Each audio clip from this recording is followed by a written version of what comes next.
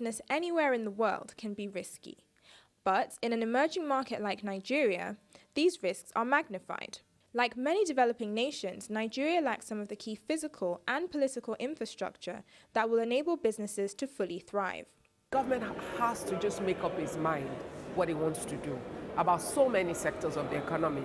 And we can't afford the flip-flop because it just frustrates a lot of people. And after a while, you get tired and you really just don't want to get into investment again. We also need to watch the cost of funding because it makes us uncompetitive for international level. I mean, Nigeria itself is a massive market. 150 million people, that's the market. But beyond that is the fact that as we have the local cost being high, even though the local market is there, you also have a port that is not well managed because the customs service is not as it should be. Despite these drawbacks, there are several African companies that have overcome these challenges and managed to flourish in what is considered one of the world's most testing business climates. You basically have to find a way to get yourself started. And I did in a sense because one, there's a culture in my industry of customers paying a down payment for the business, for their order. So if you get the first down payment, and I found out that the carpenters come to you with their tools, so I didn't need to find money to buy their tools.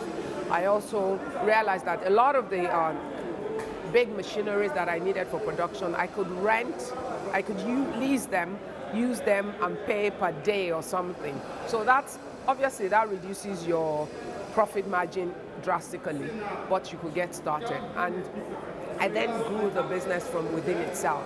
Nigerian business leaders have identified inadequate data about their industries as a key challenge. Without proper information, officiating bodies cannot make informed decisions, and this leads to frustrated business owners and poor investor quality. Judging Nigeria by policy, I wouldn't actually score them low. I think the policies are good and they're investor friendly.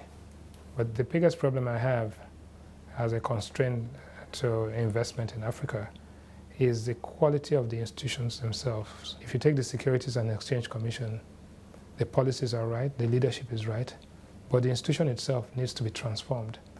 Everywhere we've seen partnering between government and the private sector, the outcomes have always been better and more positive than when the government did it alone, and in some cases even when the private sector did it alone.